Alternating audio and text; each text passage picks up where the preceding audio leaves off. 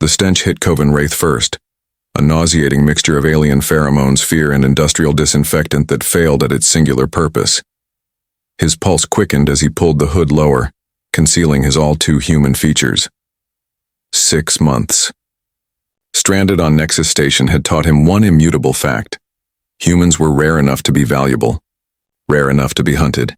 Yet here he stood in the infamous bazaar of flesh, where sentient beings were commodities with price tags. "Move along, dirt form," growled a massive Druvian guard, forearms flexing menacingly beneath iridescent armor. The translator hanging from Coven's neck struggled with the insult, but the meaning was clear enough. Coven hunched his shoulders and shuffled deeper into the marketplace, his stolen Trellian merchant robes billowing around him. The outfit had cost him his last credits, but anonymity was worth the price. A human openly walking the slave markets would either end up in chains or dead. Neither option appealed. Crystal-clear stasis fields hummed on all sides, displaying merchandise from across the galaxy. A family of azure-skinned Virelians huddled together, their bioluminescent tears streaking faces evolved for the deep oceans of their homeworld.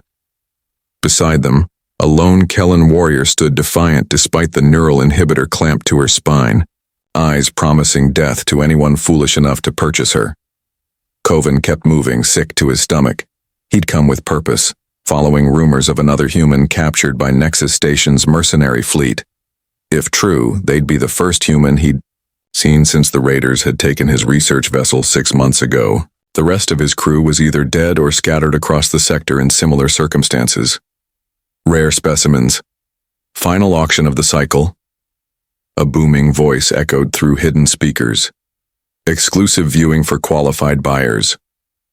The crowd surged toward a secluded auction chamber, and Coven allowed himself to be swept along. A Meraxian broker with translucent skin blocked the entrance, scanning biomarkers. Coven froze. His disguise might fool eyes, but not scanners. Before he could retreat, a skeletal hand gripped his shoulder. "This one's with me," came a rasping voice. Coven turned to face a hunched Vextar, one of the station's oldest species. Ancient eyes studied him from within a wizened blue face. "Interesting choice of attire, human," the Vextar whispered, low, enough that only Coven could hear. Coven's hand instinctively moved toward the pulse pistol hidden beneath his robes. "Save your theatrical gestures," the Vextar said. "If I wanted you in chains, you'd be there already. I am Nixavra, scavenger, and trader of information. You seek something, perhaps we can assist each other." The Meraxian scanner waved them through with a deferential nod to Nixavra, apparently a known quantity in these circles. Inside, the auction chamber buzzed with the galaxy's worst predators. Not the carnivorous kind, but the ones who profited from suffering. Wealthy merchants, political emissaries, and criminal syndicates gathered before a central platform, where the auctioneer, a corpulent Brelian with vibrating speech appendages, prepared to present the next lot. "Behold a genuine Terran female."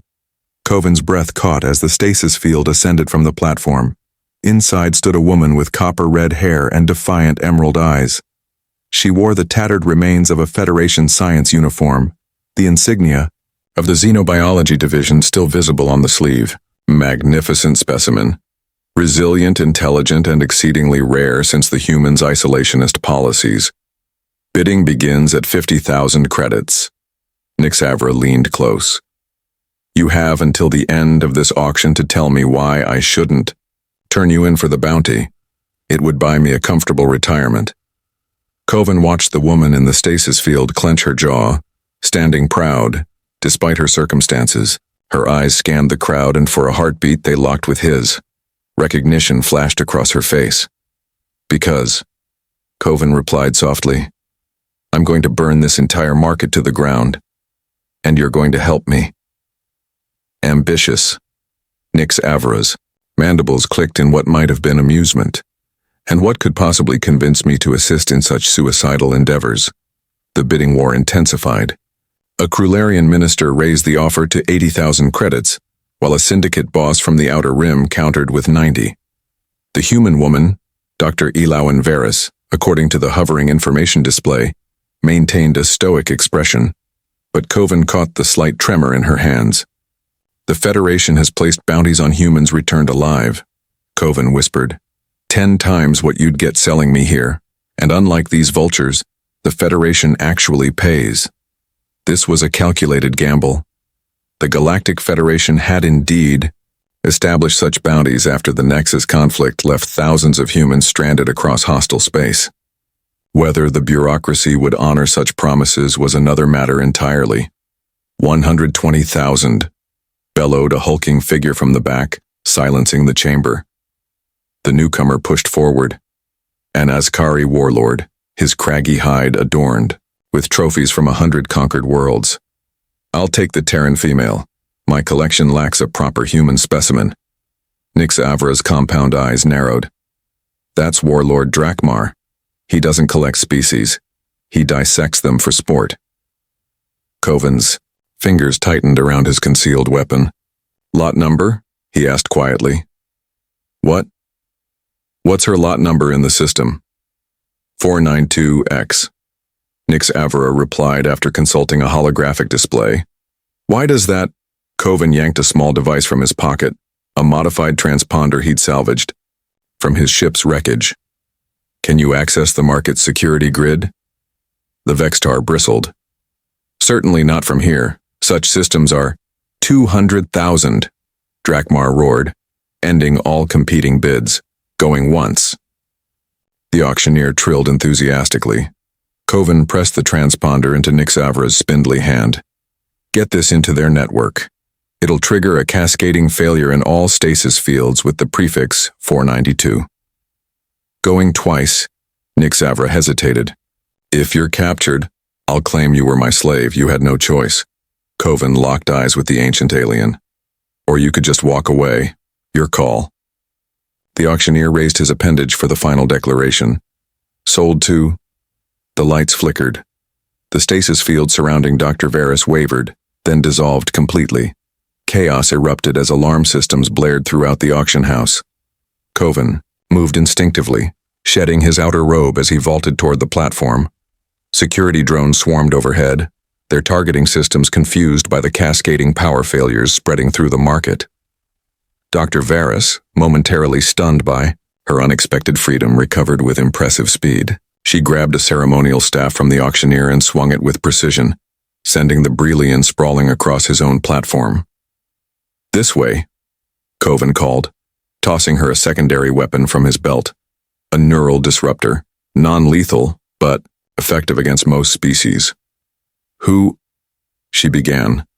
Then recognition dawned fully. "You're from the Artemis mission." "Explanations later," he growled, firing his pulse pistol at an approaching security drone. "We need to reach maintenance shaft KL7 before they seal the sector." They plunged into the panicking crowd, using the confusion to their advantage. Throughout the market, other stasis fields were failing, whether from Nix Avra's intervention or system overloads, Coven couldn't tell. Freed captives seized the opportunity, turning on their would-be owners with desperate fury. "You planned this jailbreak?" Dr. Varys asked, as they ducked behind a toppled display. "Not exactly. Improvising." Coven checked the corridor ahead. "I came looking for humans, found you." A massive shadow fell across their position. Warlord Drakmar, his trophy-laden armor gleaming under emergency lights, blocked their escape route. "My property," he snarled, unsheathing a vibroblade that hummed with lethal energy. "Mine to dismember." Coven stepped forward, pulse pistol raised. "She belongs to no one." The warlord laughed, the sound like rocks grinding together. "And who are you to challenge Drakmar of the Azkari Dominion?" Behind him, eerily silent on multiple appendages, Nix Avra appeared with something clutched in his spindly fingers. The Vextar caught Coven's eye and gave an almost imperceptible nod. "Me?" Coven answered, allowing himself a grim smile. "I'm just a distraction." Nix Avra slammed the transponder against the warlord's neural port, a cybernetic implant common among Azkari commanders. Drakmar roared as electric feedback surged through his nervous system, temporarily paralyzing his massive frame. The warlord toppled like a fallen monument, crashing into abandoned auction displays. "Your distraction technique needs refinement." Dr. Varus remarked dryly, already moving toward the maintenance access hatch. Coven glanced at the Vextar. You're full of surprises. The Federation bounty was compelling, Nix Avra replied, mandibles clicking. Also, I detest the Azkari. They destroyed my homeworld centuries ago. Security protocols initiated lockdown sequences throughout the market. Metal barriers began descending from ceiling tracks, compartmentalizing the sprawling bazaar. We won't make it to KL7, Coven realized, watching their planned escape route disappear behind impenetrable alloy. Nix Avra's compound eyes swiveled toward an unmarked corridor. The waste reclamation system, not pleasant, but unmonitored. They sprinted through narrowing gaps as barriers continued dropping around them. An enraged howl echoed through the chamber, Drakmar recovering sooner than expected. The waste reclamation entrance was exactly as advertised, disgusting and ignored. By security systems, Coven wrenched open the access panel, revealing a maintenance shaft designed for service droids. I assume you have an actual plan beyond this point? Dr. Varus asked, eyeing the slime-coated tunnel with professional detachment. My ship is docked, in the abandoned commercial sector, Coven explained. Just need to reach it without getting caught or killed. A substantial just, Nix Avra observed. They crawled through the cramped passage, the station's recycled air growing fouler with each meter. Coven led, followed by Dr. Varus with Nix Avra bringing up the rear. The Vextar's exoskeleton scraped against the tunnel walls, dislodging accumulated grime. You mentioned the Artemis, Coven said over his shoulder. Were you stationed there? Xenobiology research team, she confirmed. We were studying migration patterns of spacefaring Laluvian whales when raiders hit our observation post. You? Navigational systems specialist on the Hartford, escorting a diplomatic envoy when we were ambushed near the Cygnus boundary. They reached a junction where the tunnel split 3 ways. Coven consulted the rudimentary map he'd memorized during months of planning. Left should lead toward the commercial district. Dr. Varus tapped his shoulder and pointed upward. Listen. Through the station's structural beams came the unmistakable rhythm of marching feet, security forces mobilizing for station-wide searches. The market disruption won't keep them occupied long, Nix Avra warned. Every scanner on Nexus will be calibrated for human biosignatures. Coven hesitated at the junction. Left led toward his ship, but also toward the heaviest security presence. Right would take them deeper into maintenance areas, safer from immediate detection, but farther from escape. We need to split up, he decided reluctantly. Multiple targets complicate their search patterns. Dr. Varus shook her head firmly. Separation increases individual capture probability. Basic survival strategy. Not splitting up, Nix Avra clarified. Creating diversion. The ancient alien produced a small container from within the folds of his garment. Inside were thumbnail-sized discs, emergency, transponders, each programmed to mimic various biosignatures. Black market security countermeasures, the Vextar explained, can replicate human life signs temporarily. Scatter them throughout the station, confuse pursuit. Coven accepted several of the devices, understanding immediately. You're full of illegal surprises. One doesn't live 4 centuries in this sector by following regulations, Nix Avra replied. They distributed the countermeasures between them. Dr. Varus quickly grasped the technical specifications and began programming. Delayed activation sequences. This buys us 2 hours maximum, she said. The power cells will deteriorate rapidly once activated. 2 hours is enough, Coven assured her. My ship is prepped for emergency departure. They continued through the left passage, periodically, depositing transponders at key junctions. Above them, security announcements echoed through the station's communication system. Attention all residents. Security lockdown in effect. Report any human sightings immediately. Substantial rewards. Offered. The tunnel eventually opened into a maintenance bay for service droids. Dormant machines stood in charging docks, their optical sensors dark. The commercial district lay just beyond the next bulkhead. Almost there, Coven whispered, checking his weapon charge. The maintenance bay door slid open. Framed in the entrance, stood 3 station security officers, their weapons drawn. "Halt!" the lead officer barked. "Identify yourselves." Dr. Varys reacted first, activating her neural disruptor. The front officer dropped, but his companions returned fire. Energy pulses ricocheted through the chamber, striking dormant droids. Sparks erupted as ancient machines flared unexpectedly to life. "Run!" Coven shouted, laying down covering fire. As they sprinted for the opposite exit, the awakened droids, confused by conflicting activation protocols, began moving erratically through the bay, creating unintentional obstacles for their pursuers. They burst through the emergency exit into the abandoned commercial sector, once Nexus Station's thriving center, now a ghost town of shuttered businesses and darkened corridors since the trade. "Embargo docking bay?" Dr. Varys asked between labored breaths. "Level 3, Coven replied. Section 42B. A familiar, grinding laugh echoed from somewhere behind them. "The human thinks he can escape," came Drakmar's voice, unnervingly close. "No one escapes what belongs to me." The abandoned commercial district stretched before them like the skeleton of a once thriving ecosystem. Holographic advertisements flickered with degraded power, displaying products that hadn't been available for years. Empty storefronts gaped like hungry mouths. "This station is dying," Dr. Varys observed as they navigated through the deserted concourse. "Been dying since the Federation blockade," Coven confirmed. "Only illegal operations like the slave market. Keep it functioning." Nixavra moved with surprising agility for his apparent age. "We are not alone here," he warned, compound eyes scanning the shadows. Coven noticed it too. Subtle movements in peripheral corners, whispers echoing through ventilation systems. The abandoned sector had inhabitants, just not official ones. "Forgotten," Nixavra explained in hushed tones. "Failed merchandise, escaped slaves, discarded workers, those the station rejected but couldn't expel. Are they hostile?" Dr. Varys asked, tightening her grip on the neural disruptor. "They survive. Nothing more, nothing less." A skittering sound above made them freeze. Hanging from exposed ceiling conduits, a figure observed them, humanoid but with prominent adaptations suggesting extensive genetic modification. Others emerged from hiding places, surrounding them with wary curiosity rather than immediate aggression. "They're blocking our path to the docks," Coven whispered.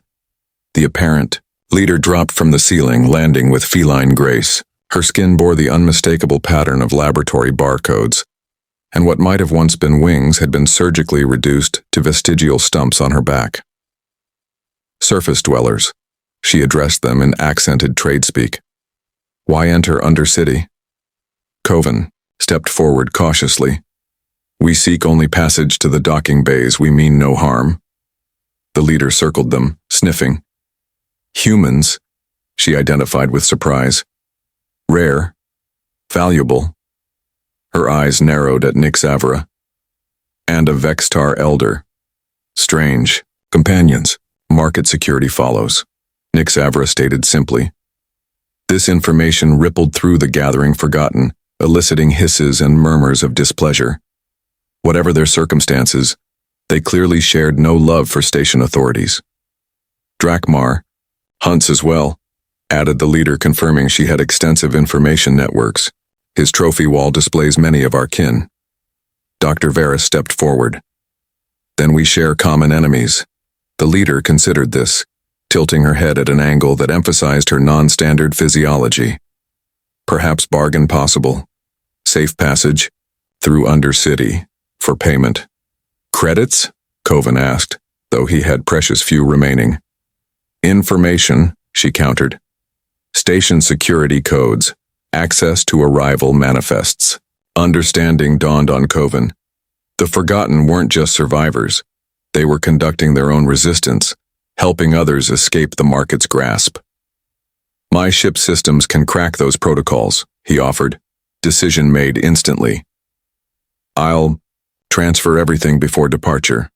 The leader studied him for signs of deception, then nodded once. "Follow." Quickly. They were led through passages that didn't appear on any station schematic, maintenance tunnels repurposed, ventilation, shafts widened, Hidden doorways cut through supposedly impenetrable bulkheads. The Undercity was a parallel infrastructure overlaid upon official Nexus architecture. Remarkable adaptation, Dr. Varys murmured, her scientist's mind clearly cataloging details despite their circumstances. Their guide moved with practiced efficiency, occasionally communicating with other Forgotten through a system of clicks and whistles that bypassed standard translation algorithms. The group expanded and contracted around them, sometimes dozens strong, other times dwindling to just their immediate escort. Docking level approaches, the leader announced after navigating a particularly narrow passage. But security presence, heavy. Warlord's hunters deployed.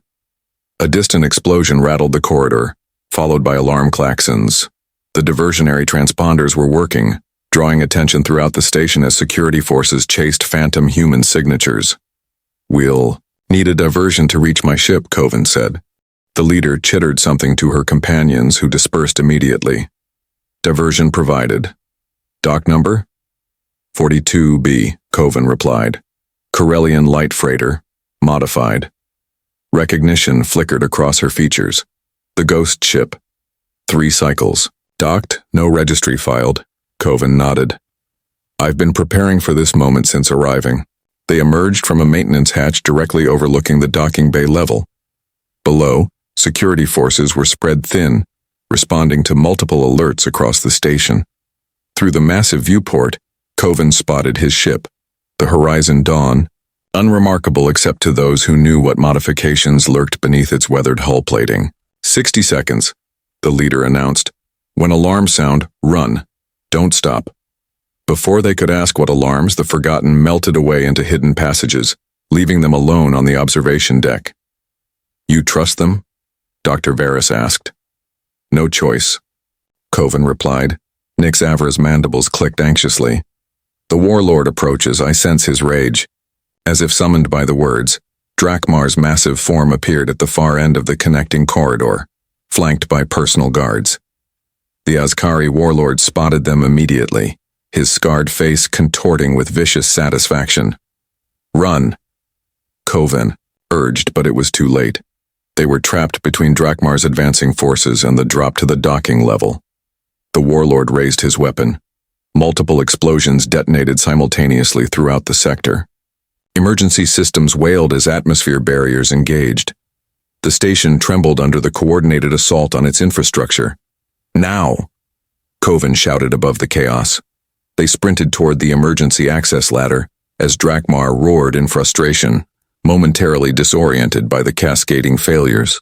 The ladder descent was treacherous.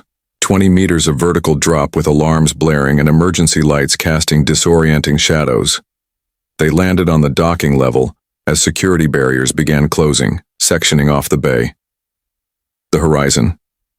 Dawn stood just 50 meters away, its access ramp already lowering as if anticipating their arrival. "How?"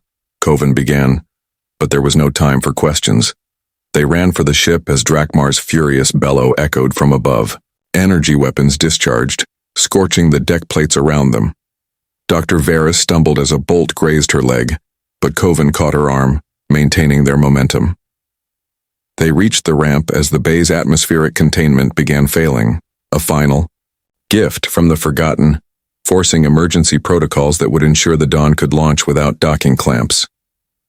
As artificial gravity fluctuated, they scrambled aboard, Nyx Avra barely clearing the ramp before it began closing. Inside, the ship's systems were already cycling to full power, impossible unless someone had activated them manually. In the cockpit, hunched over the navigation console, sat another figure. "Ship primed for departure," announced the figure at Mar. "The controls without turning. Suggest immediate launch before station security overrides emergency protocols." The voice was melodic but synthetic, natural speech augmented by vocal processors. As the figure swiveled in the pilot's chair, Coven found himself facing another unexpected ally, a female Iridian, her translucent skin revealing the complex network of bioluminescent veins that characterized her species. One arm had been replaced with an advanced prosthetic, likely salvaged from multiple sources. "Zanara?" Nyx Avra exclaimed, clearly recognizing her. Favorable circumstances finding you here, Elder, she replied, her speech patterns distinctly non-standard. The Forgotten informed me of your approach. Coven moved immediately to the co-pilot's seat. Explain later. Launch now. The ship shuddered as the docking bay's emergency venting completed, creating a pressure differential that would assist their departure. Beyond the viewport, they could see Drakmar and his forces struggling against the artificial vacuum, their armor providing temporary life support as they stubbornly continued pursuit. Coven's hands flew across the controls, working in surprising synchronicity with Zanara. The Horizon Dawn's engines ignited, pushing them clear of the docking clamps just as security overrides began re-establishing atmospheric containment. Station defenses activating, Dr. Varys reported, already familiarizing herself with the tactical displays. Weapons platforms powering up. Expected, Coven replied grimly. Zanara, transfer helm control. I need you on countermeasures. The Iridian complied without question, shifting to the defensive systems console. Her cybernetic arm interfaced directly with the ship's systems, bypassing standard input protocols. Jamming active, she confirmed. Targeting systems degraded 30%. The Horizon Dawn accelerated away from Nexus Station, but the massive structure's defensive grid was designed specifically to prevent unauthorized departures. Energy turrets tracked their trajectory, filling space with lethal plasma bursts. Evasive, pattern Kappa 7, Coven instructed, executing a series of unpredictable maneuvers that pushed the ship's structural integrity to its limits. Nixavra strapped himself into an auxiliary seat, his ancient frame protesting the G-forces, most impressive modifications for a simple freighter. Hartford's navigational officer, Dr. Varys reminded him, bracing against sudden course changes. He's flying this bucket like a military interceptor. A proximity alarm shrieked. 3 security vessels had launched from the station's enforcement docks, faster and better armed than the Dawn. Jump calculations? Coven asked. 70%, Zanara replied. Insufficient for safe translation. Dr. Varys studied the tactical display. They're herding us toward the asteroid field, standard containment strategy. Coven nodded grimly. The dense field of mineral-rich asteroids had been Nexus Station's original reason for establishment. A mining operation that evolved into a trade hub and eventually the current den of corruption. The field's electromagnetic properties made precise jump calculations nearly impossible. That's exactly where we're going, he announced, altering course directly toward the densest section of the field. Have you suffered neural damage? Nixavra demanded. Those rocks will shred our hull. Coven allowed himself a tight smile. Not if you know the path. For 6 months stranded on Nexus, he'd done more than plan an escape. He'd studied, observed. The mining vessels still regularly navigated specific routes through the asteroid field. Routes carefully kept from official charts to preserve their valuable claims. Zanara, transfer all auxiliary power to forward shields, he ordered. We're taking a shortcut. The pursuing vessels hesitated as the Dawn plunged into the asteroid field. Massive rocks tumbled in chaotic patterns, some large enough to dwarf the ship. Collision warnings blared continuously as Coven threaded an increasingly narrow path. Security vessels breaking off pursuit, Dr. Varys reported with evident relief. Temporarily, Coven cautioned. They'll reposition to intercept when we exit. If we exit, Nixavra muttered. Zanara's bioluminescent veins pulsed with increased intensity, her species' response to stress. Unknown vessel approaching. Non-station signature. The tactical display identified a new contact emerging from deeper within the asteroid field, larger than their pursuers but moving with surprising agility for its size. Pirates? Dr. Varys suggested. Worse, Zanara replied. Azkari battlecruiser, Drakmar's personal vessel. The massive warship cut through the asteroid field with brutal efficiency, its reinforced hull simply plowing through smaller obstacles while precision weapons vaporized larger threats in its path. The warlord is persistent, Nixavra observed. Dryly, Coven's knuckles whitened on the controls. Jump status? 95%, Zanara reported. But Azkari vessel is generating interference field. Translation success probability decreasing. Drakmar's ship closed rapidly, its superior engines easily gaining on the Dawn. A communication request flashed on the console. Should I? Dr. Varys began. No, Coven interrupted. Nothing to discuss. The cruiser fired a warning shot, a concentrated, energy burst that superheated an asteroid directly in their path. The resulting explosion pelted their shields with superheated fragments. Shield integrity at 60%, Zanara announced. Coven studied the navigational display, making rapid calculations. There, he decided, pointing to a particularly dense cluster of asteroids. Zanara, prepare to execute jump at my mark, regardless of completion percentage. Probability of successful translation below acceptable parameters, she protested. We jump or we die, Coven replied simply. He pushed the Dawn's engines beyond safety limitations, accelerating toward the asteroid cluster. The Azkari cruiser followed, its weapon systems fully charging for a disabling shot. Zanara, transfer all remaining power from weapons to engines and jump drive. Now, the lights dimmed as systems rerouted energy. The asteroid cluster loomed before them, a virtual wall of tumbling planetary debris. Jump coordinates locked, Zanara confirmed, her voice betraying uncharacteristic tension. They're firing. Doctor, Varys warned. Coven waited one more crucial second, then yanked the controls hard to port. The Dawn rolled 90 degrees and slipped through a momentary gap in the asteroid field. Jump now.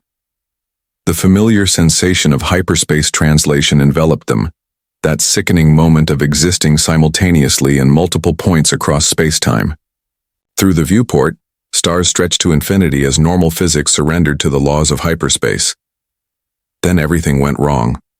The jump calculations, incomplete and corrupted by the Azkari interference field, failed to fully establish a stable corridor. The ship bucked violently as hyperspace rejection forces threatened to tear them apart. Emergency klaxons wailed throughout the Dawn. Sparks erupted from overloaded consoles. The viewport filled with the impossible geometries of corrupted hyperspace. The visible manifestation of a jump gone catastrophically wrong. Hull breach imminent, Zanara shouted over the cacophony of failing systems. Coven fought the controls, trying to force the ship back into normal space before it disintegrated around them. Emergency translation. Any coordinates. The ship convulsed one final time. Then, reality reasserted itself with brutal suddenness. The stars reappeared as normal points of light as they crashed back into regular space. All systems went dark. In the sudden silence, Coven could hear only the sound of his own labored breathing and the soft emergency lights casting the cockpit in crimson shadows. Status, he finally managed. Dr. Varys checked her console, now operating on backup power. We're alive, somehow. Location? Coven asked. Zanara worked her functioning console with her organic hand, the cybernetic arm temporarily disabled by the power surge. Unknown, she admitted. Navigation systems compromised, but... She paused, rechecking her readings. We are in proximity to a planetary body. Habitable parameters. Through the viewport, they could now see it. A blue-green world slowly rotating against the backdrop of unfamiliar stars. No orbital structures. No navigation beacons. Completely unmarked on any chart. It appears, Nixavra observed quietly, that we have found refuge beyond the reach of both station security and Azkari warlords. Coven stared at the unexplored world below. For now. Dawn crept across the unnamed planet's horizon, illuminating the makeshift camp they'd established after the emergency landing. The horizon Dawn lay half-submerged in a shallow lake, steam still rising from its superheated hull. Surrounding forest canopy had been scorched by their descent, creating an unintentional clearing. Coven surveyed their situation from a rocky outcropping. 3 days stranded, communications inoperable, and power systems functioning at minimal capacity.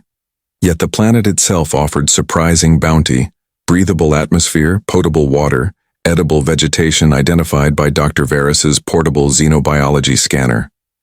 Assessment? Dr. Varys asked, joining him at the overlook. She moved with a slight limp, her injured leg bandaged with medical supplies from the ship. Could be worse, Coven replied honestly. Primary power core is salvageable.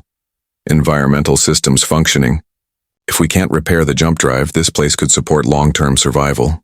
She nodded, absently brushing copper hair from her face. Not what I meant. Your assessment of our companions.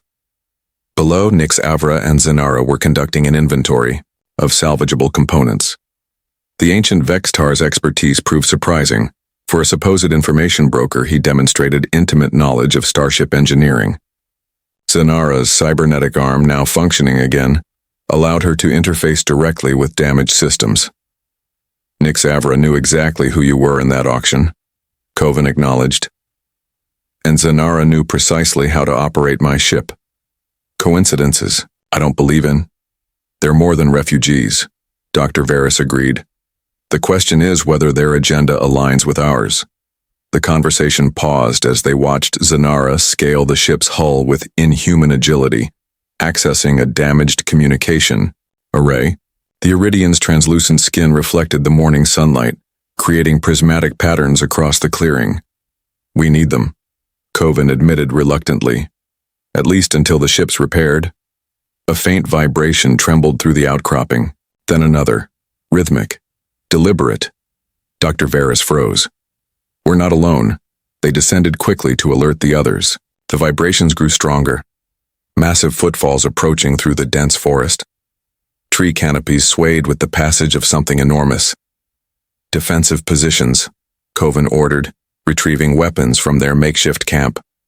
Wait, Zanara interrupted, her head tilted as if listening to frequencies beyond human perception. Non-hostile approach pattern, curious, not hunting. The forest parted as their visitor emerged, a towering being nearly 4 meters tall, with 6 limbs and iridescent scales that shifted color with each movement. Its elongated head housed multiple eye clusters that regarded them with unmistakable intelligence. Magnificent, Dr. Varys breathed, professional curiosity momentarily overriding caution. The creature maintained its distance, upper limbs held in what appeared to be a non-threatening posture. It emitted a series of melodic trills and clicks. Attempting communication, Zanara explained, her vocal processors recalibrating to approximate the sounds. The being tilted its massive head, clearly intrigued by Zanara's response. It gestured toward the damaged ship, then to the surrounding forest and finally toward the distant mountains visible beyond the tree line. I believe, Nix Avra observed, we're being offered assistance. A series of similar beings emerged from the forest perimeter, each with slightly different scale patterns and colorations. They carried no visible weapons, but their powerful physiology suggested natural defenses unnecessary. We accept your offer, Coven called out, lowering his weapon demonstratively, the lead being approached with surprising grace for its size. It extended one multi-jointed limb, offering what appeared to be a crystalline object, a gesture unmistakable across species. Dr. Varys accepted the crystal, examining it with professional interest. Some form of data storage, perhaps? Or cultural artifact? The being made an affirmative motion, then gestured again toward the mountains. They want us to follow, Coven realized. Nix Avra clicked his mandibles anxiously. Accepting unknown alien? Hospitality rarely ends well in my experience. Your experience largely involves criminal enterprises and slave markets, Dr. Varys pointed out. These beings could have attacked while we slept if they intended harm. Decision made, they gathered essential supplies and secured the ship. The beings led them along a path that appeared natural but subtly engineered. Stone steps carved where terrain steepened, branches carefully trained to provide shade. As they trekked deeper into the planet's interior, evidence of an advanced civilization became increasingly apparent. Crystalline structures blended seamlessly with natural formations. Energy currents flowed through transparent conduits integrated into ancient trees. Technology and nature existed in perfect symbiosis. Remarkable, Dr. Varys commented, recording observations on her partially functioning datapad. Advanced bioengineering without ecological disruption. The journey culminated at the base of the mountain range, where a massive structure awaited, part naturally formed cavern, part engineered marvel. Inside, the temperature regulated perfectly despite the absence of visible climate systems. Their guides led them to a central chamber where a singular being awaited, similar to their escorts but with scales that shimmered with greater luminosity. The chamber walls displayed star charts of incredible detail, including a pulsing light that Coven recognized as their current location. "They know exactly where we are," he murmured. The luminous being approached Dr. Varys directly, its attention focused on the crystal gift. With gentle movements, it guided her hand to place the crystal into a recessed alcove in the chamber's center. The room transformed instantly. Holographic images materialized around them, perfect representations of various species across the galaxy. Each image portrayed beings in chains being traded or transported. The slave markets of a dozen worlds flashed before them, including scenes from Nexus Station. "They're showing us slavery throughout the galaxy," Dr. Varys whispered. "They know what we escaped from." The images shifted to display a new sequence. The same beings, but free. Building communities, exploring stars, healing. A sanctuary. Zanara realized, her bioluminescent veins pulsing with emotion. This planet is a sanctuary for escaped slaves. The lead being confirmed with a series of harmonic trills that Zanara's processors translated into basic concepts. Safety, healing, community. Coven studied the star charts more carefully, understanding dawning. This system doesn't appear on any galactic charts because they've concealed it somehow. They've created a hidden refuge. Further images revealed the truth. Dozens of species living in various settlements across the planet, all former captives who had somehow found this hidden world. Some had been there for generations, building a civilization based on principles of freedom and mutual respect. "How many others know of this place?" Nixavra asked, his ancient eyes calculating as always. The being gestured to an image of a small network of ships, a clandestine rescue operation spanning the galaxy, identifying and extracting captives from slave markets. Their crashed ship had been mistaken for one of these rescue vessels. They have an underground railroad, Coven realized, using the ancient Earth term, a systematic operation to free slaves throughout known space. The luminous being approached Coven directly, its communicative trills taking on an urgent tone. It gestured repeatedly between him and Dr. Varys, then to the images of rescued beings, and finally to a representation of Nexus Station. "I believe," Dr. Varys interpreted. "They're asking for our help." Nixavera's mandibles clicked with concern. "Precisely what entanglement I hoped to avoid." The being produced another crystal, placing it in Coven's palm. Within its depths, images formed, the slave markets of Nexus Station crumbling, the corrupt infrastructure collapsing, captives fleeing to freedom. "They don't just want sanctuary for a few," Coven understood. "They want to dismantle the entire system." "Ambitious," Zanara commented, her synthetic voice carrying unexpected emotion. "But not impossible with proper planning." The being confirmed with an affirmative gesture, then revealed one final sequence of images, coordinates leading back to charted space, a path that would allow them to repair their ship and return to known territories. "We have a choice," Coven addressed his companions. "Repair the ship, return to Federation space, resume our previous lives, or join something greater," Dr. Varys finished. "Use our knowledge of Nexus Station to help dismantle the largest slave trading operation in the quadrant." Zanara stepped forward. "I was born in captivity. My mother died in the breeding pits of Azkari pleasure palaces. I have no interest in returning to a galaxy that permitted such atrocities." All eyes turned to Nixavra. The ancient Vextar sighed, a sound like rustling leaves. "I have lived too long to feign moral innocence. My species was enslaved millennia ago. I survived by becoming useful to those in power. Perhaps it is time to balance cosmic scales." Coven looked to Dr. Varys. Despite their short acquaintance, something unspoken passed between them, a recognition of shared purpose that transcended their ordeal. "We'll need to modify the Dawn systems," he said. and develop a strategy that doesn't get us all killed. Fortunately, Dr. Varys replied with the first genuine smile he'd seen from her. We have some unexpected allies. The luminous being raised its multiple arms in what could only be interpreted as approval. Around them, the holographic images shifted to tactical displays, security systems, patrol patterns, vulnerability analyses of Nexus Station. Coven realized these beings had been gathering intelligence for years, waiting for the right opportunity, the right allies to help execute their plan. I came looking for other humans, he mused. Found something much more important. Dr. Varys's hand found his, their fingers intertwining naturally. Seems we both found something unexpected. 3 months later, a modified Horizon Dawn emerged from hyperspace near Nexus Station. Its transponder identified it as a luxury yacht registered to a minor as Carrie Noble, documentation impeccably forged by Nix Avra's underground contacts. In the cockpit, Coven and Dr. Varys, now responding to the name Mavis Vrel, supposed Azkari Cortisan, finalized their approach vector. Nervous? He asked, noting the slight tension in her shoulders. She adjusted the elaborate headpiece that concealed her distinctive human features. About infiltrating the station where I was, nearly sold as a specimen, or about pretending to be your slave while we sabotage the entire operation? Both, he admitted. Terrified, she confirmed, but certain. Behind them, Zanara monitored communications while disguised as a personal assistant.